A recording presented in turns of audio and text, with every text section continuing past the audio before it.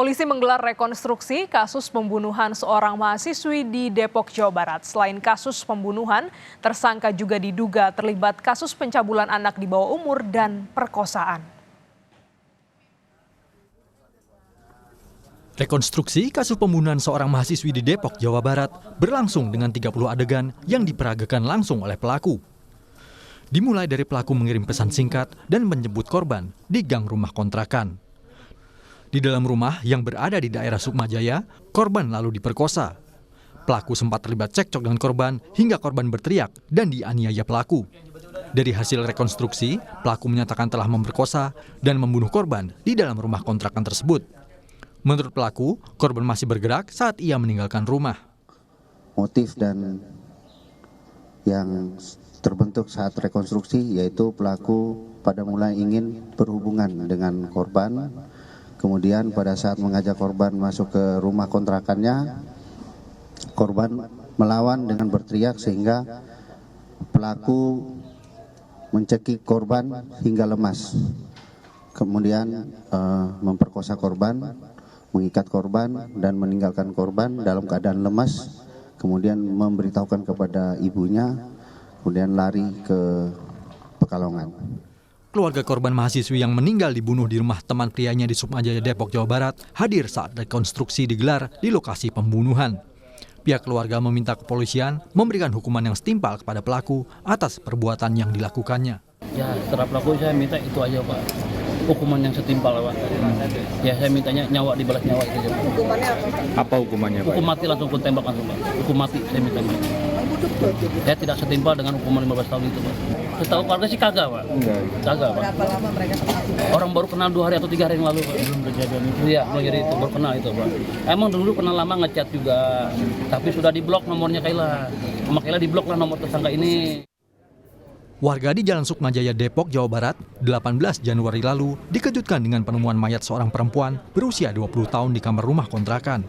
Saat ditemukan, terdapat luka penganiayaan di tubuh korban.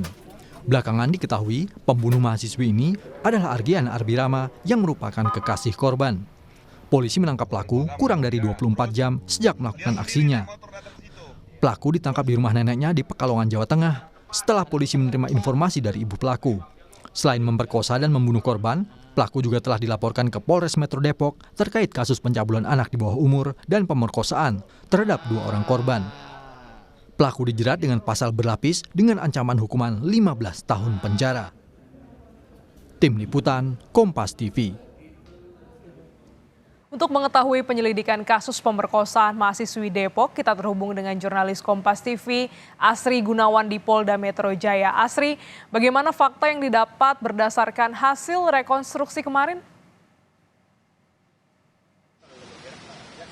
Ya, dari hasil rekonstruksi yang digelar kemarin hari Selasa di TKP atau di rumah kontrakan tersangka di kawasan Sukmajaya, Depok, ini terungkap sejumlah fakta baru, mulai dari modus pelaku, kemudian bagaimana kronologi kejadian dan juga fakta-fakta baru lainnya. Modus pelaku ini adalah berkenalan atau mengajak berkenalan melalui aplikasi pesan Line. Kemudian terkait dengan kronologi dari hasil rekonstruksi yang mana ini sudah digelar dan mendapatkan 30 adegan, ini terungkap bahwa mulanya ini korban mengajak kenalan, tersangka ini mengajak kenalan korban melalui aplikasi pesan Line, kemudian berpacaran selama kurang lebih 2 pekan, kemudian mengajak korban untuk ke rumah tersangka. Dan diketahui juga bahwa sebelum melakukan pembunuhan, tersangka ini sempat memperkosa korban terlebih dahulu. Namun saat tersangka melakukan aksinya, korban ini sempat melakukan perlawanan, sempat memberontak, dan hingga akhirnya korban dibunuh oleh tersangka. Kemudian tidak hanya sampai itu, korban juga setelah dibunuh oleh pelaku atau tersangka ini diikat tangannya, kemudian juga setelah melakukan aksi pembunuhan, tersangka ini membawa barang-barang atau merampas barang-barang milik korban dan kabur ke Pekalongan. Setelah melakukan aksinya, tersangka ini menghubungi ibu kandungnya dan memberitahu bahwa di dalam rumah kontrakannya ini ada jasad seorang wanita yang ia mengakui ia yang membunuh dan juga melakukan pemerkosaan. Kemudian selain dari itu, sebetulnya status dari tersangka ini sudah buron karena di tanggal 3 dan 4 Januari ini ada laporan polisi ke Polres Metro Depok, yang mana yang satu ini terkait dengan pencabulan anak di bawah umur, yang satu lagi terkait dengan pemerkosaan. Nah, dua korban ini yang salah satunya merupakan anak yang usianya masih di bawah umur, ini tengah hamil atau tengah mengandung selama sudah berusia 9 bulan begitu. Dan dua laporan ini juga memang tersangka yang sama, masih tersangka yang juga melakukan pembunuhan terhadap mahasiswi di Depok dan sudah menjadi buron sejak 3 Januari lalu, namun belum berhasil ditangkap karena terus melarikan diri hingga akhirnya melakukan kembali aksinya dan membunuh ataupun juga menewaskan seorang mahasiswi di Depok, Jawa Barat. Kemudian selain dari fakta-fakta tersebut, dan korban juga diketahui memang sudah memiliki hubungan dengan tersangka begitu, dan juga sudah modus yang sama juga ini dilakukan kepada korban lainnya atau 2 korban lainnya, termasuk yang anak yang berusia di bawah umur dan juga korban lainnya yang melakukan ataupun juga melaporkan terkait dengan kasus dugaan pemerkosaan. Kemudian selain daripada itu, polisi juga sudah menetapkan tersangka, sudah melakukan penyidikan, dan saat ini polisi melalui di Reskrimum Polda Metro Jaya Kombes Wira Satya mengatakan bahwa tersangka Argian ini dijerat dengan pasal 338 KUHP tentang pembunuhan dan atau pasal 351 ayat 3 KUHP tentang penganiayaan yang mengakibatkan orang meninggal dunia, dan pasal 285 KUHP terkait pemerkosaan. Dari pasal-pasal yang dijerat ataupun juga yang bisa disangkakan dan dikenakan kepada tersangka, ini tersangka terancam hukuman 15 tahun penjara atas aksinya ataupun pembunuhan yang dilakukan oleh tersangka. Dan kalau dari sisi keluarga korban, ini tentu saja meminta pertanggungjawaban, meminta hukuman yang setimpal terhadap pelaku ataupun juga tersangka. Bahkan dari keluarga korban ini meminta untuk tersangka diberikan atau dijatuhi hukuman mati. Glenis. Asri, tidak hanya satu korban sepertinya, dan ini ada 2 korban lainnya, tersangka juga sempat buron. Jadi bagaimana kelanjutan penyidikan kasus ini?